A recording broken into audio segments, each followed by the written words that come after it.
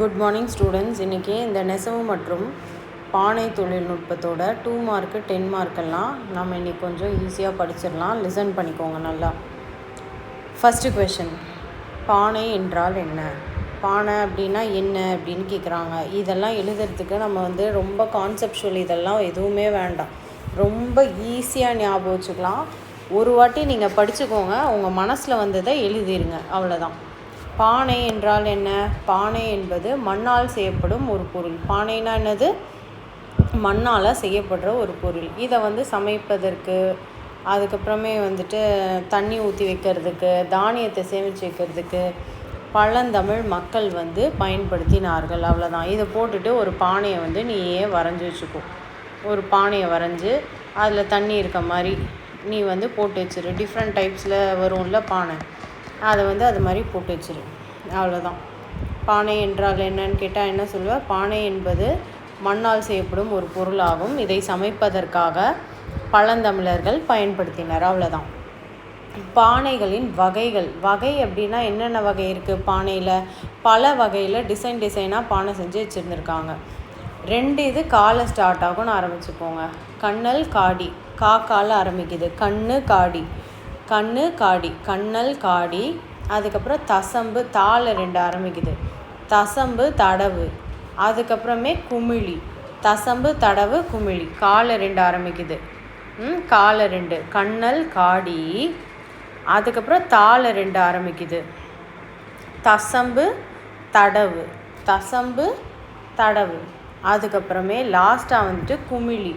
குமிழியை நீங்கள் கடைசியாக எழுதிக்கோங்க. பானையின் வகைகள் என்ன?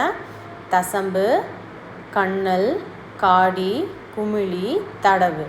அப்படி இல்லைன்னா காடி, கண்ணல், தாளை 2, தசம்பு, தடவு, குமிழி, ஞாபகம் வச்சுக்கோங்க. அடுத்தது இது பானைகள், சரியா? ஒரு ஸ்பெல்லிங் மிஸ்டேக் ஆகிடுச்சு, பா போட்டு வச்சுக்கோங்க. பானைகளில் கார்பன் நானோ குழாய்கள் உருவாக்க தேவைப்படும் வெப்பநிலை என்ன அப்படின்னு கேட்டாக்க, ஜென்ரலாக கேட்டாக்க 1100 தான். 1100 டிகிரி செல்சியஸ்னு சூஸில் எழுதிக்கோங்க. மினிமம் இவ்வளோலேருந்து 1200 டிகிரி செல்சியஸ், சரியா? இதிலேருந்து இவ்வளோ வெப்பநிலை தேவைப்படுது. இதோடு நீங்கள் விட்டுறக்கூடாது. இன்னொரு இதையும் நீங்கள் சேர்த்து எழுதிக்கோங்க. இதை அந்த காலத்திலேயே சூளையில் வச்சு சுட்டெரிக்கிற தொழில்நுட்பத்தை தெரிஞ்சிருந்துருக்காங்க அப்படின்லாம் நீங்கள் இன்னொரு லைன் எழுதிக்கணும். 2 மார்க்னாலே நீங்கள் என்ன எழுதணும்? 2 பாயிண்ட்ஸ் கண்டிப்பாக எழுதணும், சரியா? அடுத்தது, தாலி என்றால் என்ன? தாலி என்பது என்னது? அந்த காலத்தில் மனுஷங்க செத்து போயிட்டாங்க அப்படின்னா அவங்க என்ன பண்ணுவாங்கன்னா, அவங்கள ஒரு பெரிய பானையில் போட்டு, ஒரு பெரிய பானை இருக்கும், அந்த பானையில் மனுஷங்களை போட்டுருவாங்க. ஒரு பெரிய பானை மாதிரி இருக்கும், ஒரு பெரிய பானை மாதிரி செஞ்சுட்டு அது உள்ள அந்த மனுஷனோட எலும்புக்கூடு அதெல்லாம் போட்டுட்டு, அவங்க பயன்படுத்திய சில இதெல்லாம் போட்டுட்டு, இதை அப்படியே க்ளோஸ் பண்ணி அப்படியே மண்ணில் போட்டு புதைச்சிருவாங்க தாலியை. இறந்து போன மனிதர்களோட உடல்கள், அதுக்கப்புறம் அவங்க பயன்படுத்திய அணிகலன்கள், அவங்க பயன்படுத்திய எல்லா பொருட்களையும் அந்த பானைக்குள்ளே போட்டு மண்ணில் போட்டு புதைச்சிருவாங்க, அவ்வளோதான். தாலின்னா என்னது? செத்துப்போன மனுஷங்களோட அணிகலன்கள், அதுக்கப்புறமே அவங்க செத்து போனவங்க உடம்பு எல்லாத்தையும் என்ன பண்ணுறாங்க? அந்த பெரிய பானைக்குள்ளே வச்சு மண்ணில் புதைச்சி விட்டுருவாங்க, அவ்வளோதான். தாலி என்றால் என்ன? இறந்த மனிதர்களின் உடலையும் அவர்கள் பயன்படுத்திய அணிகலன்களையும் ஒரு பெரிய பானையில் போட்டு வச்சு மண்ணில் புதைச்சிருவாங்க, அவ்வளோதான். தாலி என்றால் என்ன? தாலி என்பது அவங்களோட இறந்த மனிதர்களோட உடம்பு, அதுக்கப்புறம் அவங்க பயன்படுத்திய சில பொருட்கள், அணிகலன்கள். அணிகலன்கள்னால் அவங்க போட்டிருக்க நகைகள்னு அர்த்தம். அணிகலன்கள் எதையாச்சும் உள்ளே போட்டு அவங்க யூஸ் பண்ண பொருள்லாம் போட்டு மண்ணில் போட்டு புதைச்சிருவாங்க, இதுக்கு பேர் தான் தாலி, சரியா? அடுத்தது, தமிழர்களின் பானை தொழில்நுட்பம் தொடர்பான ஆவணங்கள், அதாவது எவிடன்ஸு. தமிழர்கள் பானை தொழில் செஞ்சதுக்கான எவிடன்ஸு எந்த ஊரில் கிடச்சிது அப்படின்னு கேட்குறாங்க. திருச்செங்கோடு மலை, திருச்செங்கோடு நில தம்பிரான் கோயில். இல்லைனா நீ இதை மட்டுமா ஞாபகம் இருந்துச்சுன்னா இதை மட்டுமாச்சும் எழுது. திருச்செங்கோடு மலை, திருச்செங்கோடு கோயில் அப்படின்னாச்சும் எழுது. திருச்செங்கோடு மலை, திருச்செங்கோடு கோயில். சில பசங்க கொஞ்சம் ஞாபக சக்தி அதிகமாக இருக்க பசங்க இது எழுதிருங்க. நிலத்தில் இருக்க தம்பிரான். பிரான்னா அவங்களோட அப்பான்னு அர்த்தம். தம்பிரான் அப்படின்னா என்னுடைய தந்தை அப்படின்னு அர்த்தம். திருச்செங்கோடு நில தம்பிரான் கோயில். திருச்செங்கோடு மலை மற்றும் திருச்செங்கோடு நில தம்பிரான் கோயில். அடுத்தது திருவைகளின் வகைகள் யாவை? திருவை அப்படின்னா என்னென்னா, இந்த பானை செய்கிறவங்க ஒரு சக்கரத்தை வச்சுருப்பாங்க. அந்த சக்கரத்தை என்ன பண்ணுவாங்கன்னா சுழற்றுவாங்க, நல்லா அதை ஓட்ட விடுவாங்க, நல்லா ரவுண்டாக ஓட விடுவாங்க. ஓட விட்டுட்டு அது ஓடுற ஸ்பீட்லேயே இவங்க பானையை செஞ்சு முடிப்பாங்க. அதுக்கு பேர் தான் திருவை. அந்த திருவைகளோட வகைகள் என்ன அப்படின்னு கேட்குறாங்க. அந்த திருவைகளோட வகைகள் 2 வகை. குண்டு முனை திருவை, கூம்பு குழலி திருவை. என்ன திருவை அது பேர்? குண்டு முனை திருவை, கூம்பு குழலி திருவை. ஒன்று முனை குண்டாக இருக்கும், இன்னொன்று ஷார்ப்பாக இருக்கும், அதுதான் கூம்பு குழலி. குண்டு முனை திருவை மற்றும் கூம்பு குழலி திருவை. சரியா? அடுத்தது மண்பானம் செய்கிறாங்கல்ல, மண்பானம் செய்பவர்களுக்கு இலக்கியம் தரும் வேறு பெயர்கள் என்னென்ன அப்படின்னு கேட்டோன்னா, வெட்கோ களஞ்செய்கோ. அவங்க பேர் என்னது? வெட்கோ களஞ்செய்கோ. அவங்க பேர் என்னது? வெட்கோ மற்றும் களஞ்செய்கோ. அவங்க பேர் என்னது? வெட்கோ களஞ்செய்கோ. இல்லைன்னா பானை செய்பவர், எதுனாலும் எழுதிக்கோ, வெட்கோ களஞ்செய்கோ. அடுத்தது பாண்டங்கள் அல்லது மண் பாண்டங்கள் என்றால் என்ன? பாண்டங்கள் அப்படின்னா என்னது? பானைகள் இல்லைனா மண்பானை அப்படின்னா என்னன்னு கேட்டால் நம்ம ஃபஸ்ட்டு கொஷனில் எழுதணும்ல, அதையே நீங்கள் எழுதலாம். இது பானைன்றது ஒரு மண்ணால் செய்யப்படும் ஒரு பொருள். இதை சமைப்பதற்காக பழந்தமிழர்கள் பயன்படுத்தினர். இதை சமையல் அறையில் வச்சுருந்தாங்க, தேவைக்கேற்ற மாதிரி தண்ணி ஊற்றி வச்சுருந்தாங்க அப்படின்னு நீ எது வேணாலும் எழுதிக்கலாம். சரியா? அடுத்தது பருத்தி பெண்டீர். இன்னும் 3 சுழின்னு வரணும். சரியா? இது கொஞ்சம் டிக்டேட் பண்ணி போட்டனால கொஞ்சம் அங்கங்கே ஸ்பெல்லிங் மிஸ்டேக் இருக்கும், பார்த்துக்கோங்க. பருத்தி பெண்டீர் அப்படின்னு ஒரு சில பெண்கள் இருந்தாங்க. அவங்களோட பணிகள் என்ன அப்படின்னு கேட்டிருக்காங்க. பருத்தி பெண் அப்படின்னா இவங்க யாருன்னா, அந்த காலத்தில் போரில் ஃபஸ்ட்டு நாள் போர் அப்படின்வாங்க. அப்போ தந்தையை இழந்துருவாங்க. அதுக்கடுத்த நாள் திருப்பி போர் வருது நாட்டில் அப்படின்னா கணவன் செத்து போயிடுவாங்க. அதுக்கடுத்த நாளும் போர் இருக்குது அப்படின்னா அந்த பெண் வேறு வழியே இல்லாமல் தன் மகனை அனுப்பிடுவாங்க. அப்படி தான் அந்த காலத்துலலாம் போர் நடந்துச்சு. சரியா? ஒரு நாளைக்கு போர் நடக்குது அப்படின்னா அந்த வீட்டில் இருக்க அந்த நாட்டில் இருக்க வீட்டில் எல்லா மக்கள்லையும் ஒரு வீட்டுக்கு ஒவ்வொருத்தர் வெளியே வந்தே ஆகணும் போருக்கு அப்படின்னு ரூல்ஸ் எல்லாம் இருந்துச்சு. அந்த சமயத்தில் இந்த மாதிரி ஆண்களே இல்லாமல் நிறைய பேர் செத்துருவாங்க சில வீட்டிலலாம். அதுக்கப்புறமே அந்த பெண்கள் அவங்களோட வாழ்க்கையை ஓட்டணும்ல, அவங்க என்ன பண்ணியிருக்காங்கன்னா நெசவு தொழில் செஞ்சு பருத்தி பெண்களாக மாறி அவங்களோட வாழ்நாள் முழுவதும் அந்த காசை வச்சு அவங்க வாழ்ந்திருக்காங்க அப்படின்னு அர்த்தம். அப்படிப்பட்ட பெண்களோட பணி என்னென்ன பணி செஞ்சுருக்காங்க மெயினான்னு கேட்டால், பருத்தினை சுத்தம் செய்தல், நூல் நூற்பது, இதுதான் மெயினான ஒர்க்கு. அதுக்கப்புறம் துணி நெய்வது மேக்ஸிமம் ஆண்களோட ஒர்க்கு. ஆனால் சில சமயம் இவங்களும் செஞ்சுருக்காங்க. பருத்தினை சுத்தம் செய்தல், நூல் நூற்பது, துணி நெய்வது. சூஸில் கேட்டாங்கன்னா துணி நெய்வது இருக்குல்ல, துணி நெய்வது ஆண்கள் செய்வது அப்படின்னு சூஸில் ஒரு கொஷின் கொடுத்துருக்காங்க. மேக்ஸிமம் ஆண்கள் துணி நெய்வாங்க. ஆனால் ஜென்ரலாக பருத்தி பெண்களின் பணிகள் என்னென்னு கேட்டாக்க இது 3த்தையும் எழுதிடுவீங்க. பருத்தினை சுத்தம் செய்தல், நூல் நூற்பது அப்படிலாம் எனக்கு ஞாபகம் வரமாட்டேங்குது மேம் அப்படின்னு நீங்கள் சொன்னீங்கன்னா நூலை செய்வது அப்படின்னாச்சும் எழுதி விட்டுருங்க, மார்க் கிடைக்கும். அடுத்தது கருப்பு சிவப்பு பாண்டங்களில் 2 கருப்பு சிவப்பு பானை இருக்குல்ல, பாண்டங்களோட 2 பயன்கள் கேட்குறாங்க. பயன்பாடுகள் என்னன்னு கேட்குறாங்க. கருப்பு சிவப்பு பாண்டங்களோட பயன்பாடு என்ன? கருப்பு சிவப்பு பானையோட பயன் என்ன? மெயினாக சமைப்பது, தண்ணீர் சேமிக்க, தானியங்கள் வைப்பதற்கு, அப்படி இல்லைன்னா தாளி செய்வதற்கு, இது எல்லாத்துக்குமே சமைப்பதற்கு, தண்ணீர் சேமிப்பதற்கு, தானியங்களை வைப்பதற்கு, இந்த மாதிரி எழுதிட்டு ஒரு டயக்ராமை முடிஞ்ச அளவுக்கு போட்டு விட்ருங்க. அடுத்தது கண்டம் என்றால் என்ன? கண்டம் ஆயிடுச்சு அப்படி சொல்லுவாங்கள்ல. கண்டம் அப்படின்னா என்னது? கூடாரத்தை சுற்றி மதில் போல கட்டப்படும் முரட்டு துணி. கண்டம்னா என்னது? கூடாரத்தை சுற்றி மதில் போல கட்டப்படும் முரட்டு துணிக்கு பேர் தான் என்னது? கண்டம் ஆகும். கூடாரத்தை சுற்றி மதில் போல கட்டப்படும் முரட்டு துணிக்கு பேர் தான் என்னது? கண்டம் ஆகும். அடுத்தது சிதார் சிதர்வை என்றால் என்ன? சிதாவர் அப்படின்னா என்னது? கிழிந்த அழுக்கேறிய கந்தலாடை தான் என்னது? சிதார். கிழிந்து போன சிதைஞ்சு போச்சு சொல்லுவாங்கள்ல, சிதார் சிதர்வை அப்படின்னா என்னது? கிழிந்த அழுக்கெரிய கந்தலாடையே ஆகும். இதோடு நீங்கள் விட்டுறக்கூடாது, இதை யாரும் பயன்படுத்த மாட்டார்கள் அப்படின்னு 2 மார்க்னால் 2 பாயிண்ட்டு நீங்கள் எழுதணும். அடுத்தது படம் மெய்ப்பை என்றால் என்ன? படம் அப்படின்னா என்னது? படம் மெய்ப்பை என்றால் இக்காலத்தில் சட்டை என்று பொருள். படம் மெய்ப்பைனாலே என்னது? இக்காலத்தில் சட்டை என்று பொருள்.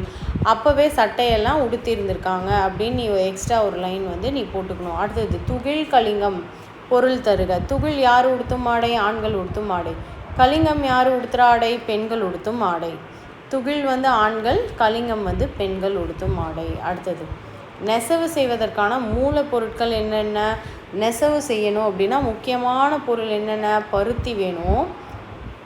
அந்த பருத்தியை செஞ்சு முடிச்சதுக்கப்புறம் அந்த சாயம் போடுவாங்க, சாயப்பொருள் வேணும்.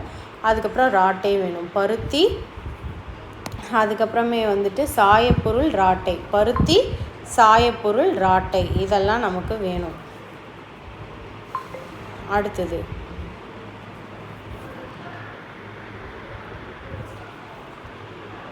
கச்சு. இது கச்சு, சரியா? ஸ்பெல்லிங் மிஸ்டேக் இருக்குது. கச்சு மற்றும் கச்சை என்றால் என்ன? கச்சு கச்சை அப்படின்னா என்னது? குறிஞ்சி நில தலைவன் கச்சை கட்டுறான். கச்சை இடுப்பில் கட்டுறது தான் கச்சை அப்படின்னு சொல்லுவாங்க. அந்த துணியை தான் கச்சு யார் கட்டுவான்னா பெண் தலைவி கட்டுவாங்க, சரியா? தலைவி கட்டுற ட்ரெஸ் கச்சு. தலைவன் கச்சை கடிச்சு வச்சுருவாங்க பெண்கள் தப்பு பண்ணாக்கா, சரியா? அது மாதிரி ஞாபகம் வச்சுக்கோ. அதனால் கச்சு. கச்சு அப்படின்னா யார்?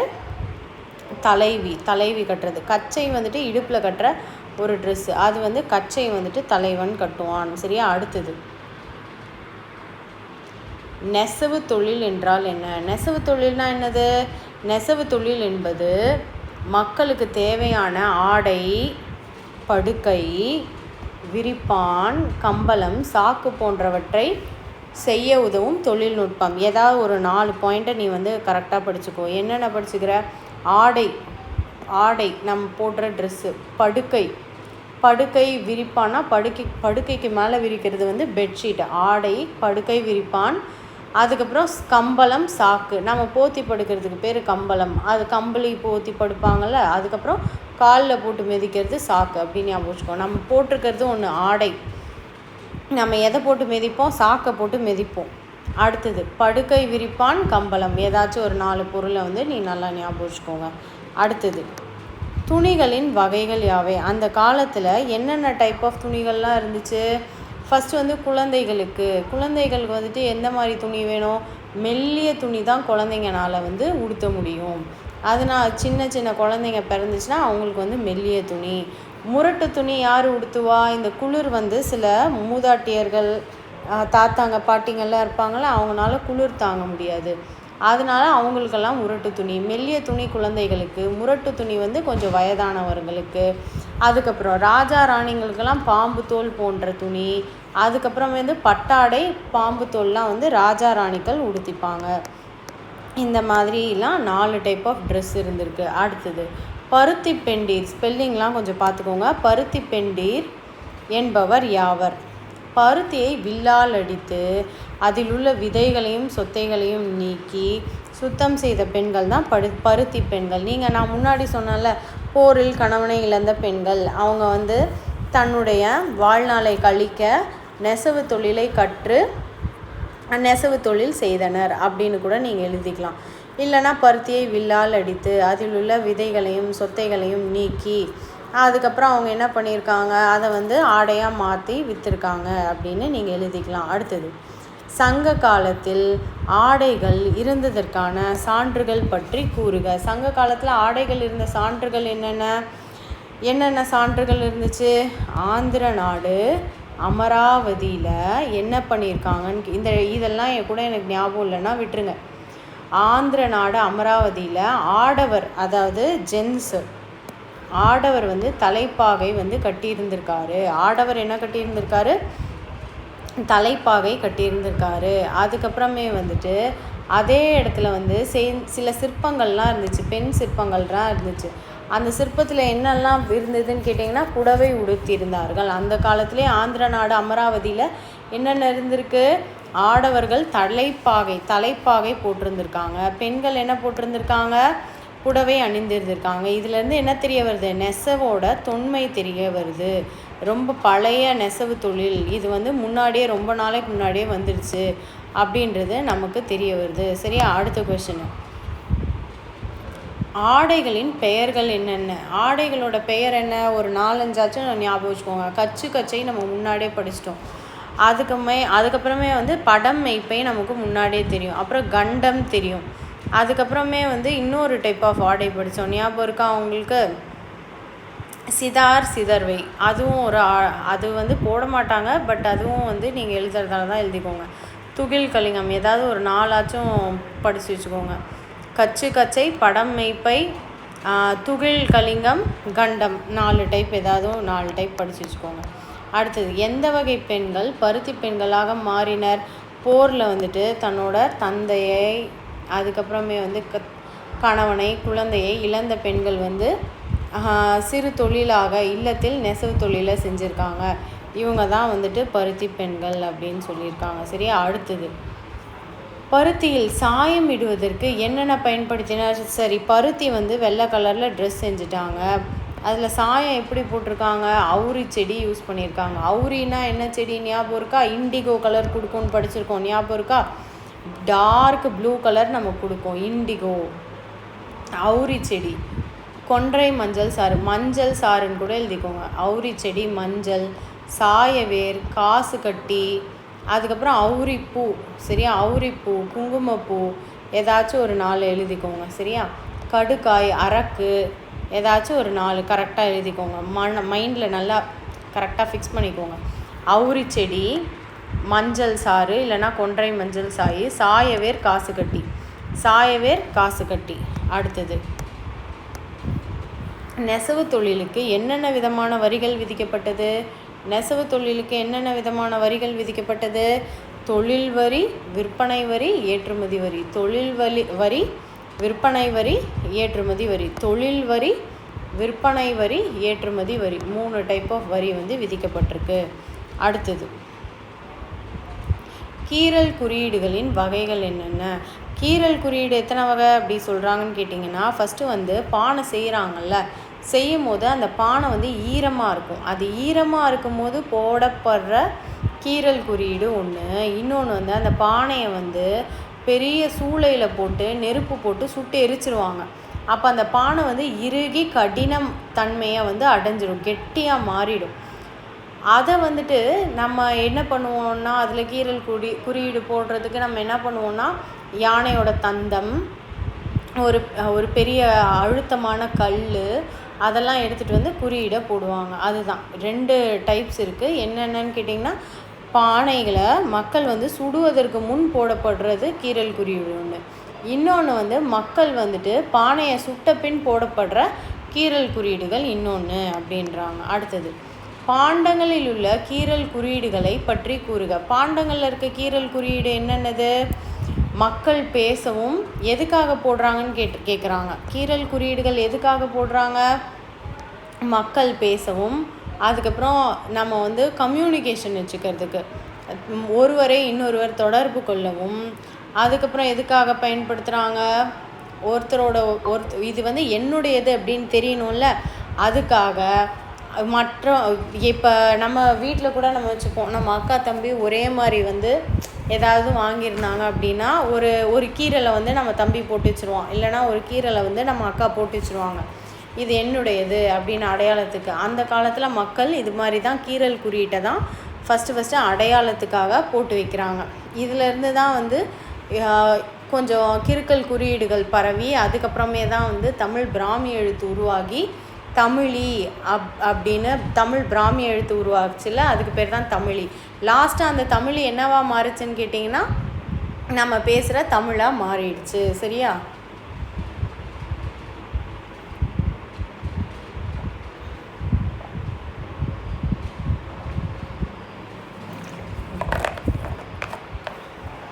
அடுத்தது, தமிழ் பிராமி எழுத்துக்களை என்னென்னு அழைச்சாங்க? தமிழ் பிராமி எழுத்துக்களை தமிழி அப்படின்னு அழைச்சாங்க. சரியா? தமிழ் பிராமி எழுத்துக்களை என்னென்னு அழைச்சாங்க? தமிழி அப்படின்னு அழைச்சிட்டாங்க. ஓகேவா? இப்போ இது 27 2 மார்க் படிச்சிட்டோமா? இது வந்து ரொம்ப ரொம்ப ஈஸி. எதெல்லாம் நீங்கள் ஞாபகம் வச்சுக்கணும் அப்படின்றது, எதெல்லாம் உங்களுக்கு கஷ்டமாக இருக்குது, கஷ்டம்னு சொல்ல முடியாது, எதெல்லாம் நீங்கள் ஞாபகம் வச்சுக்கிற குறிப்பு அப்படின்றத நீங்கள் கொஞ்சம் அண்டர்லைன் பண்ணி படிச்சுக்கோங்க. அடுத்து 7 மார்க்கு கொஷனுக்கு போகலாம். 7 மார்க்கு வந்துட்டு இப்போ வந்து 10 மார்க்குன்னு பேட்டர்னில் மாற்றிட்டாங்கல்ல. கொஞ்சம் டயக்ராம்லாம் போட்டு இதை பற்றி நீங்களே கொஞ்சம் இழுத்து சொல்கிற மாதிரி இருக்கும். ஃபஸ்ட்டு, மண்பாண்டங்களில் உள்ள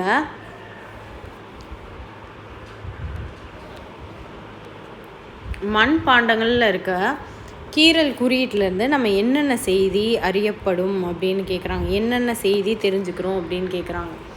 சங்க கால வணிக பரிமாற்றங்களை அறியலாம். இது 2 மார்க்லேயே ஏற்கனவே படிச்சிட்டோம். ஃபஸ்ட்டு பாயிண்ட் என்ன, வணிக பரிமாற்றங்கள். வணிக பரிமாற்றம்லாம் எனக்கு நினைவில் வரமாட்டேங்குது மேம் அப்படின்னு நீங்கள் சொன்னீங்கன்னா பிஸ்னஸ் பண்ணாங்க அப்படின்னு கூட எழுதிக்கோங்க.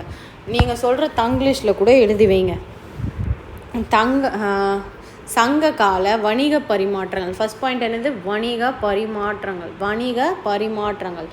அடுத்தது அக்கால மனிதர்களோட எண்ணங்கள். 2 வந்து எண்ணங்கள். 2வது பாயிண்ட் எதை பற்றி, எண்ணங்களை பற்றி அறியலாம். 3வது என்னது, கருத்துக்களை பரிமாறுவதற்கு. 4வது 5வது வந்து சப்ஜெக்டை பற்றி சொல்லும். என்னென்ன சப்ஜெக்ட்ஸ் கேட்டிங்கன்னா, வரலாற்றை சொல்லும், அடுத்தது பொருளாதாரத்தை சொல்லும். சரியா? இப்போ வந்து ஒருத்தர் வந்து 10 பானை வச்சுருக்காங்க அப்படின்னா அவங்களோட பொருளாதாரம், அதாவது அவங்க எவ்வளோ காசு வச்சுருந்தாங்க அப்படின்றது தெரியும். அதே ஒருத்தர் வந்துட்டு ஒரு 10,000 பானை வச்சுருக்காரு அப்படின்னா அவர் வந்து எவ்வளோ பெரிய பொருளாதாரத்தில் இருந்தார் அப்படின்னு நமக்கு தெரிய வருது. அது மாதிரி தமிழர்களோட பொருளாதாரத்தை அறியலாம். இப்போ நான் சொன்னதெல்லாம் கூட அப்படியே எழுதிக்கோங்க. ஒருவர் வந்து 1,00,000 பானை வச்சுருந்துருக்காரு அப்படின்னா அவரோட பொருளாதாரம் எப்படி இருக்குது. இன்னொருத்தர் 10 வச்சுருக்காரு பானை அப்படின்னா அவரோட பொருளாதாரம் எப்படி இருக்குது அப்படின்றதெல்லாம் நம்ம வந்து அறியலாம் அப்படின்னு சொல்லியிருக்காங்க. ஃபஸ்ட் பாயிண்ட் என்ன, சங்க கால மக்களோட வணிக பரிமாற்றங்களை அறியலாம். 2வது வந்து என்னது, அவர்களுடைய எண்ணங்களை அறியலாம். 2வது என்னது, அவர்களுடைய எண்ணங்களை அறியலாம். ஃபஸ்ட்டு வந்து வணிக பரிமாற்றம், பிஸ்னஸ் பற்றி தெரிஞ்சுக்கலாம். 2வது என்ன, மனுஷங்களோட எண்ணங்கள் தெரிஞ்சிருச்சுன்னா அப்புறம் என்ன பண்ணுவாங்க, கருத்துக்களை பரிமாறிப்பாங்க. 3வது என்ன, கருத்துக்களை பரிமாறுவது. 4வது என்ன, வரலாற்றை அறியலாம். 4வது 5வது சப்ஜெக்ட்ஸ், வரலாறு பொருளாதாரத்தை அறியலாம் அப்படின்னு சொல்லியிருக்காங்க. லாஸ்ட் என்னது, அக்கால மக்களோட பெயரை வந்து அறியலாம். அக்கால மக்களோட என்ன அறியலாம், பேர் வச்சுருப்பாங்கள்ல அந்த காலத்து மக்கள், பெயர்களை அறியலாம். அடுத்தது என்னது, குறியீடிலிருந்து காலகட்டங்களை அறியலாம். இது இந்த பாயிண்ட்ஸ் என்னது, பேர், காலகட்டம். மக்கள் பெயர் என்னது, காலகட்டத்தை அறியலாம். அவ்வளோதான். இப்போ ஃபஸ்ட்லேருந்து ஞாபகம் இருக்கா பார்க்கலாமா. ஃபஸ்ட்டு என்னது, பிஸ்னஸ் வந்து எப்படி நம்ம பண்ணுவோம், மற்றவங்களோட எண்ணங்கள் தெரிஞ்சு தான் நம்ம பிஸ்னஸ் பண்ணுவோம். அதுக்கப்புறம் நம்ம வந்து எண்ணங்கள் தெரிஞ்சு நம்ம என்ன பண்ணுவோம், கருத்துக்களை பரிமாறிக்கொள்வோம். அப்புறமே என்ன சொன்னோம், 4th 5th சப்ஜெக்ட்ஸு பற்றி சொன்னோமா. அடுத்தது ஜென்ரலாக அந்த மக்கள் எந்த காலத்தில் வாழ்ந்தாங்க, அவங்க பேர் என்னெல்லாம் இருக்கும் அப்படின்னு நமக்கே ஒரு தெரிஞ்சுக்கணுன்னு ஒரு ஆசை வரும்ல. 6th 7th அதை பற்றி. அதுக்கப்புறம் பண்டைய தமிழ் மக்களின் தொழிலை தெரிந்து கொள்ளலாம். லாஸ்ட்டு தான் அவங்களோட தொழில். ஃபஸ்ட்டு பாயிண்ட் என்னது, அவங்க வந்து என்ன பிஸ்னஸ் பண்ணாங்க, பிஸ்னஸ் எப்படி பண்ணுவாங்க, மற்றவங்களோட எண்ணங்கள் என்னன்னு தெரிஞ்சு தானே பண்ணுவாங்க. அதனால் 2வது பாயிண்ட்டு எண்ணங்கள். ஃபஸ்ட் வந்து வணிக பரிமாற்றங்கள், 2வது வந்து எண்ணங்கள். எண்ணம் தெரிஞ்சிருச்சுன்னா நம்ம என்ன பண்ணுவோம், கருத்துக்களை பரிமாறுவோம். எண்ணங்கள் தெரிஞ்சிருச்சுன்னா என்ன பண்ணுவோம், கருத்துக்களை பரிமாறுவோம். கருத்து தெரிஞ்சிருச்சுன்னா நம்ம என்ன பண்ணுவோம், வரலாற்றை வந்து படிச்சுப்போம். என்ன பண்ணிப்போம், வரலாற்றையும் பொருளாதாரத்தையும் படிச்சுப்போம். அதுக்கப்புறம் நமக்கு ஜென்ரல் இன்ட்ரெஸ்ட் எதில் வரும், அந்த மக்களோட பேர் என்னவாக இருக்கும், இவங்க எந்த காலகட்டத்தில் வாழ்ந்தாங்க அப்படின்றத பற்றி தெரிஞ்சுக்கணுன்னு வருமா. அப்புறமே என்ன வரும், நமக்கு ஆசை அவங்க என்ன தொழில் பண்ணாங்க அப்படின்னு நமக்கு வந்து தெரிஞ்சுக்கணுன்னு ஆசை வருமா. அதுதான் ஃபஸ்ட்டு வந்து என்னது, பிஸ்னஸ். 2வது வந்து என்னது, அவங்களோட எண்ணங்கள். ஃபஸ்ட்டு வந்து வணிக பரிமாற்றங்கள், 2வது எண்ணங்கள். அடுத்தது வந்து என்னது, கருத்து பரிமாற்றம். கருத்து பரிமாற்றம். 4th 5th எதை பற்றி சொன்னோம்? அவங்களோட வரலாறு, சப்ஜெக்ட்ஸை பற்றி, பொருளாதாரம், வரலாறு. அடுத்தது என்ன நமக்கு ஆசை வரும்? அந்த காலத்து மக்கள் என்னென்ன வேலை பார்த்தாங்க, தொழில், அவங்களோட பேர் என்ன, அவங்க எந்த காலகட்டத்தில் இருந்தாங்க அப்படின்லாம் நமக்கு தெரிஞ்சுக்கிறதுக்கு ஆசை வரும்ல. இப்போ அதெல்லாம் எழுதியாச்சு. சரியா? வணிக பரிமாற்றங்கள், எண்ணங்கள், கருத்துக்கள், வரலாறு, பொருளாதாரம், அந்த கால மக்களோட பேர், அவங்க எந்த காலத்தில் வாழ்ந்தாங்க, காலகட்டம், தொழில், இதையெல்லாம் அறியலாம். சரியா? இதுக்கப்புறம் பக்கத்தில் ஏதாவது டயக்ராம் போட முடிஞ்சு அப்படின்னா போட்டு விட்ருங்க. அடுத்தது தமிழ் பிராமி எழுத்துக்கள் ஆதன் மற்றும் குவிரன் பற்றி கேட்குறாங்க. ஆதன் குவிரன் அப்படின்றதோட ஸ்பெஷாலிட்டி என்ன அப்படின்னு கேட்டிங்கன்னா, இதுதான் முதல்ல நம்ம அகழ்வாராய்ச்சியில் கண்டெடுத்த கீரல் குறியீட்டில் இருக்க தமிழ் பேராக இருந்திருக்கும் அப்படின்னு நினைக்கிறாங்க. தமிழ் பிராமி எழுத்துக்கள், தமிழ் பிராமி எழுத்துக்களை என்ன சொல்லுவாங்க? தமிழி அப்படின்னு சொல்கிறாங்க. தமிழ் பிராமி எழுத்துக்கள் அந்த குச்சி குச்சியாக எழுதியிருப்பாங்கள்ல, இந்த கல்வெட்டுலலாம் ஒரு மாதிரி இருக்கும் லெட்டர்ஸ் வந்துட்டு இப்படிலாம் இருக்கும், இப்படி இருக்கும். தா வந்துட்டு இப்படி ஏதாவது சொல்லிச்சு, இது மாதிரி ஏதோ இருக்கும், குச்சி குச்சியாக இருக்கும். தமிழில் குச்சி குச்சியாக எழுதுனா எப்படி இருக்குமோ அது மாதிரி இருக்கும். அதுதான் கீரல் குறியீடுகள். தமிழ் லாஸ்ட்டாக தான் நமக்கு டெவலப் ஆகி இந்த பரிமாணம் பெற்றிருக்கு. முன்னாடி எப்படி இருந்துச்சு? கிறுக்கல்களாகவும் கீரல் குறியீடுகளாகவும் தான் இருந்துச்சு. அதுக்கப்புறம் கொஞ்சம் டெவலப் ஆனதை நம்ம என்னன்னு சொன்னோம்? தமிழி அப்படின்னு சொல்லியிருக்கோம். அந்த தமிழ் பிராமி எழுத்துக்களை ஃபஸ்ட்டு என்ன சொல்லியிருக்கோம்? தமிழி அப்படின்னு கூப்பிட்ருக்கோம். தமிழ் பிராமி எழுத்துக்களை நம்ம என்னென்னு கூப்பிட்ருக்கோம்? தமிழி அப்படின்னு கூப்பிட்ருக்கோம். தமிழ் பிராமி எழுத்துக்களை நம்ம என்னென்னு கூப்பிட்ருக்கோம்? தமிழி அப்படின்னு கூப்பிட்ருக்கோம். தமிழ் பிராமி எழுத்துக்களை நம்ம என்னென்னு கூப்பிட்ருக்கோம்? தமிழி அப்படின்னு கூப்பிட்ருக்கோம். இது ஃபஸ்ட் பாயிண்ட். அடுத்தது ஆதன் மற்றும் குவிரன் பற்றி கேட்குறாங்களா? ஆதன் அப்படின்றவன் யார் அப்படின்னு கேட்டிங்கன்னா, ஆதன் அப்படின்னா என்னன்னு கேட்டிங்கன்னா, அதன் அப்படின்னு பேராம். ஆதன் அப்படின்னா என்னென்ன அர்த்தமா? அதன் அப்படின்னு சொல்கிறாங்க. ஆதன் அப்படின்னா என்னது? அதன். ஆதன் அப்படின்னா என்னது? அதன். அதுக்கப்புறம் அந்த காலத்தில் உயிர் குறிலையும் உயிர் நெடிலையும் வேறுபடுத்தி காட்ட ஒலி குறியீடு இல்லை அப்படின்றாங்க. அப்படின்னா என்னென்னா, இப்போ ஆக்கும் நமக்கு சவுண்டு டிஃப்ரென்ஸ் இருக்கா? ஈக்கும் சவுண்டு டிஃப்ரென்ஸ் இருக்கா? இதை நம்ம எப்படி கண்டுபிடிப்போம்? ஆ எழுதணும்னா இப்படி கண்டுபிடிப்போம். ஆ இப்படி எழுதுகிறோம். ஆ எப்படி எழுதுகிறோம்? இப்படி கீழே சுழிச்சு வச்சோன்னா இது நெடில் ஆ அப்படி சொல்லணும் அப்படின்னு நமக்கு தெரியும். இது அந்த காலத்தில் இருக்க தமிழ் பிராமி எழுத்து வந்துச்சுல்ல, அப்போ அந்த குறிலையும் நெடிலையும் வேறுபடுத்தி காட்டுறதுக்கான ஒலி குறியீடு கிடையாது அப்படின்னு யார் சொல்கிறா? கா. ராஜன் அப்படின்னு ஒரு ஆத்தர், ஒரு ரைட்டர். அவர் என்ன சொல்கிறாரு? கா. ராஜன் அப்படின்ற ஒரு புக் எழுதியிருக்காரு. அவர் என்ன புக் எழுதியிருக்காருனா, early historic writing system, a journey from grafting to Brahmi அப்படின்னு ஒரு புக் எழுதியிருக்கார். சரியா? தமிழ் பிராமி எழுத்துக்கள் என்ன சொல்லியிருக்கு?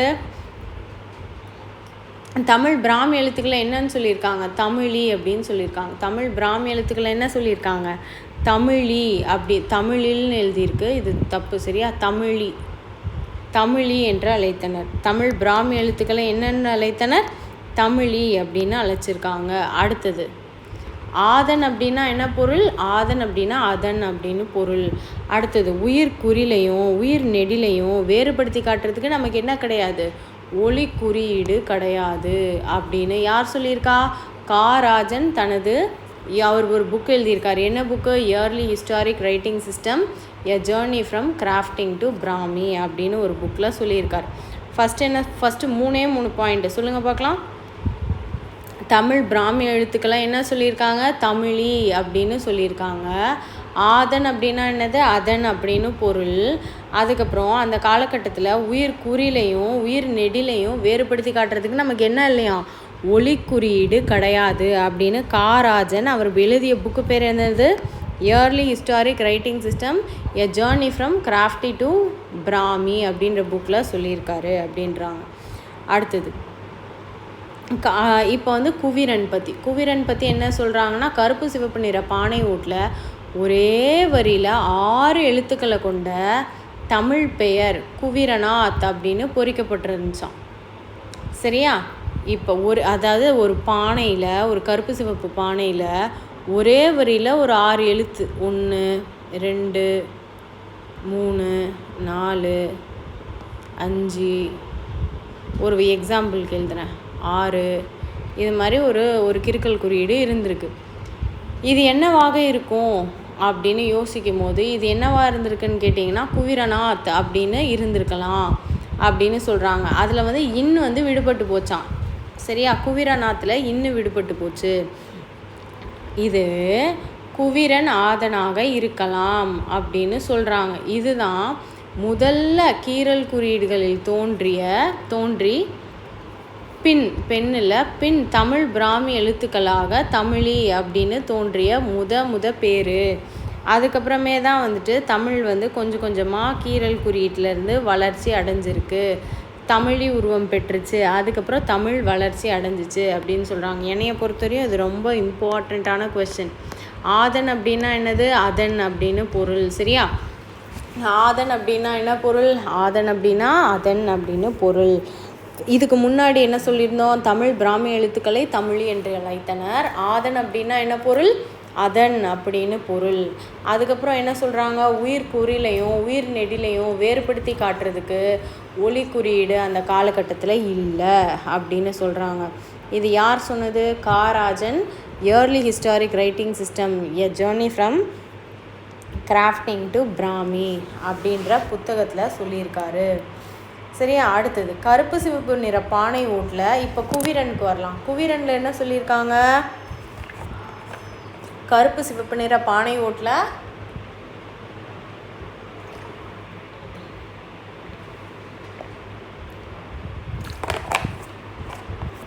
ஒரே வரியில் 6 எழுத்துக்களை கொண்ட ஒரு தமிழி பெயர் இருக்குது. அது வந்து என்னது? குவிரநாத்தாக இருக்கலாம். அதில் இன் வந்து விட்டு போச்சு அப்படின்றாங்க. இதுதான் முதல்ல தோன்றி பின் தமிழ் பிராமி எழுத்துக்களாகி தமிழியாகி அப்புறமே தான் தமிழ் படிப்படியாக வளர்ந்துச்சு அப்படின்னு சொல்கிறாங்க. சரியா, அடுத்தது பருத்தி பெண்டீரின் பணிகள் என்னென்ன? பருத்தி பெண்ணோட பணிகள் என்னென்ன? பருத்தியை சுத்தம் செய்தல், அதுக்கப்புறம் நூல் நூற்பது, துணி நெய்வது. பருத்தி பெண்கள் என்ன பண்ணியிருக்காங்க? பருத்தி எப்படி சுத்தம் செஞ்சுருக்காங்க? பருத்தியை வில்லால் அடித்து அதில் உள்ள விதைகளையும் சொத்தைகளையும் நீக்கியிருக்காங்க.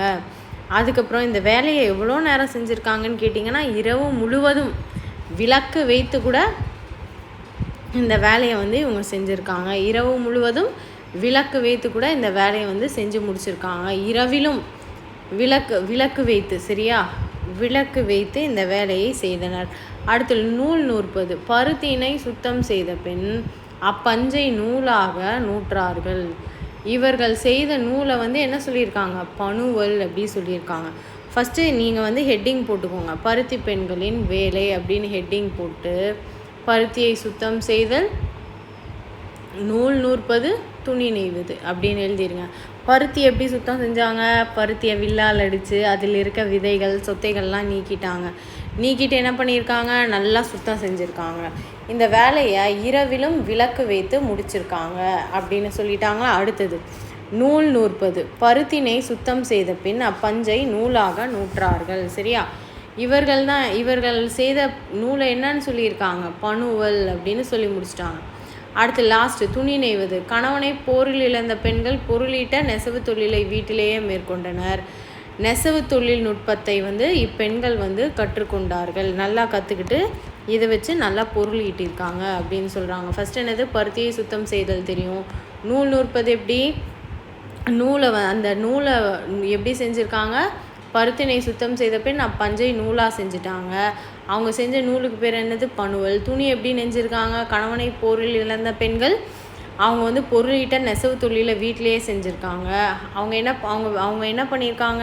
இந்த தொழிலை வந்து ரொம்ப நல்லா கற்றுக்கிட்டு இந்த நெசவு தொழிலை செஞ்சுருக்காங்க. சரியா, அடுத்தது அடிக்கடி பருத்தி பெண்டீர் கொஷின்ஸுமே ரிப்பீட் ஆகிற மாதிரி இருக்குது. நெசவு தொழிலுக்கு எத்தனை விதமான வரிகள் விதிக்கப்பட்டது? நெசவு தொழிலுக்கு 3 விதமான வரி. தொழில் வரி, விற்பனை வரி, துணி ஏற்றுமதி வரி. தொழில் வரி, விற்பனை வரி, துணி ஏற்றுமதி வரி, இதுதான் மெயின் வரி. நெசவு நெய்யும் தறிக்கு மட்டும்தான் வரி வந்து விதிக்கப்பட்டுச்சு. மற்றதுக்கெலாம் வந்துட்டு வரி வந்து விதிக்கப்படல. அந்த தறிக்கு பேர் என்னென்னா மடித்தறி. அதுக்கு வந்து வரி கிடையாது. நெசவு நெய்கிற தறிக்கு மட்டும்தான் என்ன பண்ணியிருக்காங்க, வரி வந்து விதிக்கப்பட்டது. நெசவு செய்யாத தறிக்கு பேர் என்னது, மடித்தறி. அதுக்கு வந்து அவங்க என்ன பண்ணலை, வரி வந்து விதிக்கலை. சரியா? அடுத்தது விற்பனை வரி. விற்பனை வரி என்னது, விற்பனை வரின்னா என்னது, நெசவு செய்த பின்னர் மற்ற இடங்களுக்கு சென்று விற்றுட்டாங்க. நெசவு செய்த பின்னர் என்ன பண்ணியிருக்காங்க, மற்ற இடங்களுக்கு சென்று விற்றுட்டாங்க. கடை தெருவில் விற்பதற்கு செலுத்தும் வரிக்கு பேர் என்னது, குலவரி எனப்பட்டது. நெசவு விற்பனை வரி என்னது, ஒவ்வொரு இடத்துக்கு போய் செஞ்சுட்டாங்க அப்படின்னா அது வந்து விற்பனை வரி. கடை தெருவில் விற்பதற்கு செலுத்தும் வரி குலவரி என்று பெயர் பெற்றது. சரியா? அடுத்தது துணி ஏற்றுமதி வரி. ஒரு நாட்டிலேருந்து இன்னொரு நாட்டுக்கு போய் ஏற்றுமதி பண்ணி விற்றுருக்காங்க.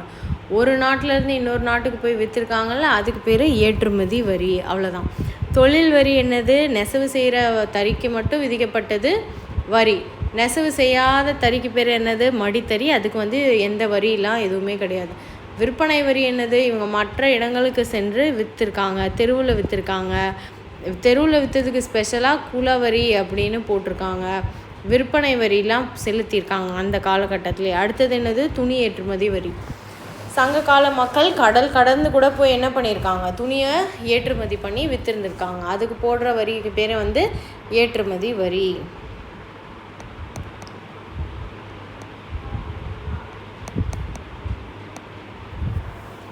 அடுத்தது பானை தொழில்நுட்பத்தை பற்றி கூறுக. பானை தொழில்நுட்பத்தை பற்றி என்ன சொல்கிறது, பானை தொழில்நுட்பம் வந்து பல நிலைகளை கொண்டது. ஃபஸ்ட்டு என்ன நிலை, ஃபஸ்ட்டு வந்து களிமண்ணை எடுத்துக்கணும். களிமண்ணை எப்படி எடுத்துக்கணும், பானை செய்வதற்கு பொருத்தமான களிமண் வந்து கிடைக்க வேண்டும்.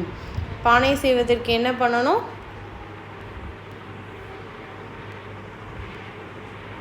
பொருத்தமான களிமண் கிடைக்கணும். அதில் வந்து என்ன இருக்கக்கூடாது, கொஞ்சம் கூட ஒரு தேவையில்லாத மர வேரோ புற்களோ இல்லை சின்ன சின்ன பூச்சிகளோ எதுவுமே இருக்கக்கூடாது. அதுவும் இல்லாமல் அந்த பானை செய்கிற மண் பானை செய்கிற அந்த களிமண் வந்து பக்கத்திலேயே இருக்கணும். இதெல்லாம் கண்டிஷன்ஸ். அடுத்தது தகுந்த வெப்பநிலை. தகுந்த வெப்பநிலை என்ன, தகுந்த வெப்பநிலை இருந்திருக்கணும், நமக்கு தெரியும்ல. வெப்பநிலை எவ்வளோ இருந்திருக்கணும், 1100 மேக்ஸிமம் 1200 டிகிரி செல்சியஸ் சூளையில் இட்டு சுட்டு எரிச்சிருக்காங்க. சரியா? அதுக்கான தகுந்த வெப்பநிலை அந்த காலத்தில் செய்கிறதுக்கு வாய்ப்பு இருந்திருக்கணும் அப்படின்றாங்க. மூணாவது என்னது, நேரம் இருந்திருக்கணும். என்ன நேரம், அந்த களிமண்ணை எடுத்துகிட்டு வந்து பானை தயாரித்து அதுக்கு வடிவம் கொடுத்து சூளையில் சுட்டு எரித்து அதை பானை செஞ்சு முடிக்க அந்த காலத்தில் தகுந்த நேரம் இருந்திருக்கணும் அப்படின்னு சொல்கிறாங்க. சரியா? ஸோ 3 இது நம்ம படிச்சிருக்கோம். என்னென்ன படிச்சிருக்கோம், நம்ம பானையை வந்து செய்கிறதுக்கு ஃபஸ்ட்டு வந்து களிமண் தேவைப்படுது. களிமண் எப்படி இருந்திருக்கணும், பொருத்தமான களிமண் கிடச்சிருக்கணும். அந்த களிமண் வந்து பக்கத்திலே இருந்திருக்கணும். ஒரு 4 கிலோமீட்டர் போய் களிமண் எடுத்துகிட்டு வந்தால் பானை செய்ய முடியும், பக்கத்துலேயே களிமண் இருந்திருக்கணும். அந்த களிமண்ணில் வந்து தேவையில்லாத புற்களோ வேரோ அதெல்லாம் எதுவுமே இருந்திருக்கக்கூடாது, பூச்சியெல்லாம் இருக்கக்கூடாது. அந்த மாதிரி தகுந்த களிமண்ணை எடுத்துக்கணும். தகுந்த வெப்பநிலை அந்த காலத்தில் செய்கிறதுக்கான தொழில்நுட்பம் இருந்திருக்கணும். ஏன்னா எவ்வளோ ஹீட் பண்ணுறாங்க, எவ்வளோ சுட வைக்கிறாங்க, 1100 1200 வரைக்கும் சுட்டெரிக்கிறாங்க.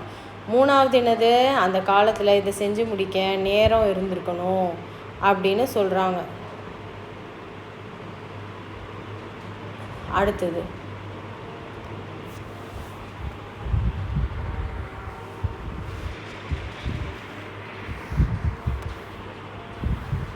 பானையோட வகைகள். இது முன்னாடியே படிச்சிருக்கோமா. தசம்பு, கண்ணல், காடி, குமிழி, தடவு. தாளை 2 ஆரம்பிக்கும், காலை 2 ஆரம்பிக்கும். தசம்பு சொம்புன்னு ஞாபகம் வச்சுக்கோங்க. சொம்பில் எப்பயுமே பால் தயிர் தானே வச்சுருப்பாங்க, சொம்பு. அடுத்தது கண்ணு. நம்ம கண்ணில் நீர் வந்து தேங்கி நிற்கும்,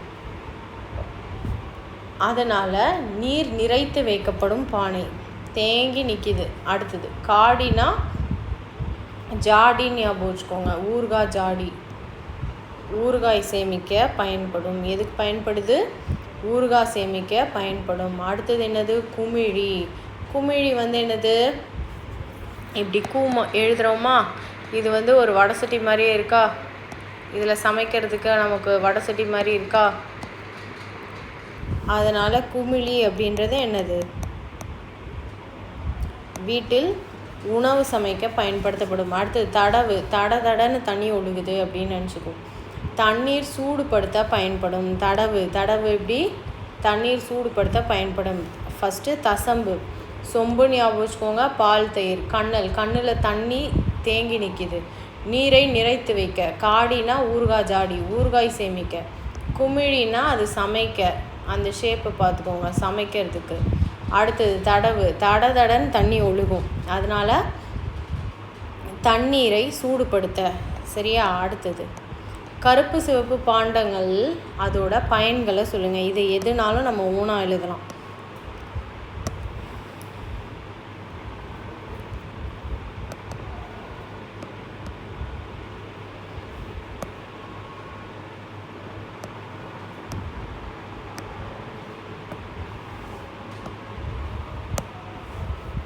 இந்த கருப்பு சிவப்பு பானையில் நம்ம சமைச்சோன்னா நமக்கு என்னென்ன பயன்கள் இருக்குது அப்படின்னு கேட்குறாங்க.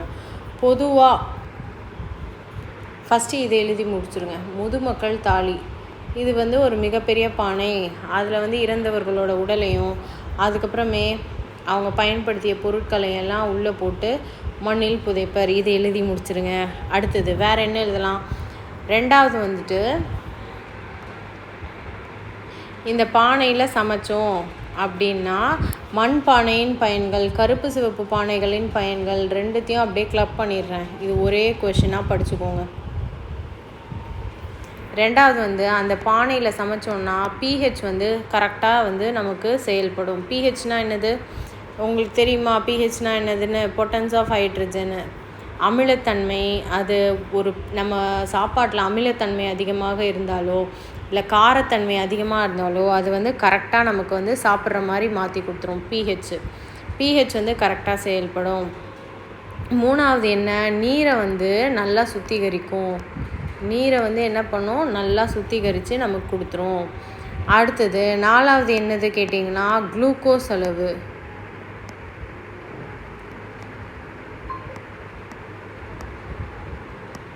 குளுக்கோஸ் அளவை வந்து கரெக்டாக நமக்கு சரி செஞ்சு கொடுக்கும். ஃபஸ்ட்டு பாயிண்ட் சொல்லுங்கள் பார்க்கலாம். முதுமக்கள் தாலியாக பயன்படுத்தியிருக்காங்க பானையை. ரெண்டாவது pH, மூணாவது நீர், அடுத்தது குளுக்கோஸ், அடுத்தது கால்சியம் மெக்னீஷியம் போன்ற சத்துக்கள் வந்து நம்ம உடம்புல சீராக வந்து தங்கிறதுக்கு வாய்ப்பு பயன்படுத்தி கொடுத்துருக்கு. ஆறாவது வந்து சுவை மிகுந்ததாக சாப்பாட்டை மாற்றி கொடுத்துருக்கு. குறைவான எண்ணெய் வந்து செலவாயிருக்கு.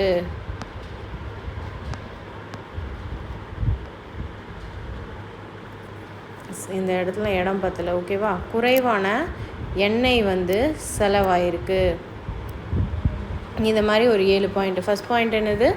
முதுமக்கள் தாலி. ரெண்டாவது pH, மூணாவது நீரை சுத்திகரிக்குது. நாலாவது என்னது? குளுக்கோஸ் அளவை வந்து குளுக்கோஸ் அளவு மாறாமல் நம்ம உடம்புல பார்த்துக்குது. கால்சியம் மெக்னீஷியம் போன்ற சத்துக்களை உடம்புல தங்க வைக்குது.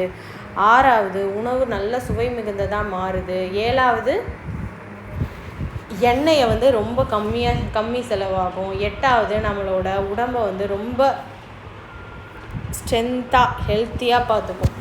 உடம்பை வந்துட்டு பராமரிக்கிறதுக்கு நல்ல வந்து சக்தியையும் ஊட்டத்தையும் கொடுக்குது அப்படின்னு எழுதி முடிச்சிருங்க. அடுத்தது 10வது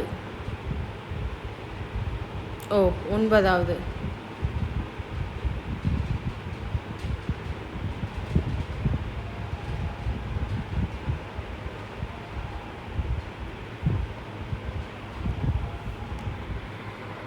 மண்பானை உருவாக்கும் செய்முறை.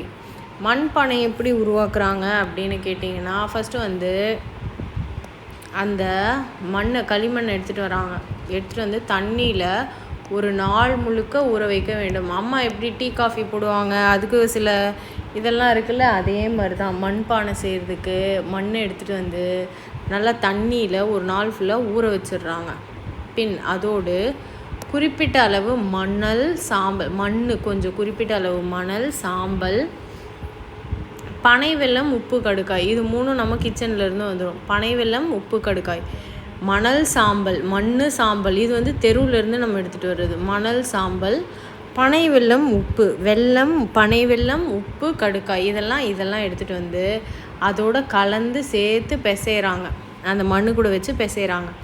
அதுக்கப்புறம் பின் வீசுதல் என்று அழைக்கப்படும் ஒரு செயலின் மூலம் களிமண் பசை எடுத்து சுழல் மேடையில் வைத்து, அதாவது நம்ம சக்கரம் இருந்துச்சுல, திருவைன்னு ஒரு சக்கரம் இருந்துச்சுல, அதை நல்லா சுழட்டுறாங்க. இதுதான் திருவை. திருவையை சுழட்டுறாங்க. சுழட்டி அந்த களிமண் இருக்குல்ல, அந்த களிமண்ணை நடுவில் கொண்டு வந்து வச்சிடுறாங்க. அதுக்கப்புறம் அதை அழுத்தி கொஞ்சம் கொஞ்சமாக அதுக்கு வந்து வடிவம் கொடுக்க ஆரம்பிப்பாங்க. அந்த பானைக்கு வந்துட்டு எந்த டைப் பானை வேணுமோ அதுக்கு வந்து நீட்டமாக வேணும்னா நீட்டமான பானை, ஒரு ஜக்கு மாதிரி வேணும்னா அதுக்கு வந்து வடிவம் கொடுத்து கொஞ்சமாக இவங்க என்ன பண்ணுறாங்க, பானையை வந்து செஞ்சு முடிக்கிறாங்க.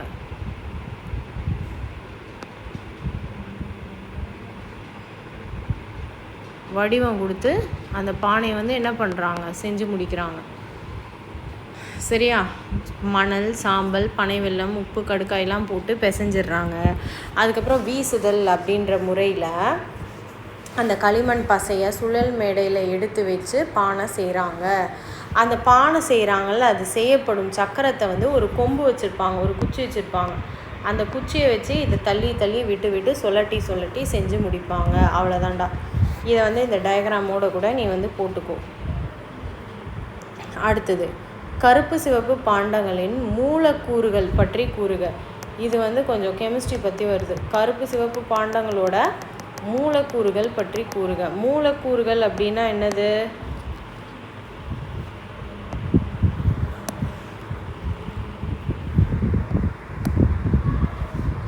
கருப்பு சிவப்பு பாண்டங்களோட மூலக்கூறுகள்.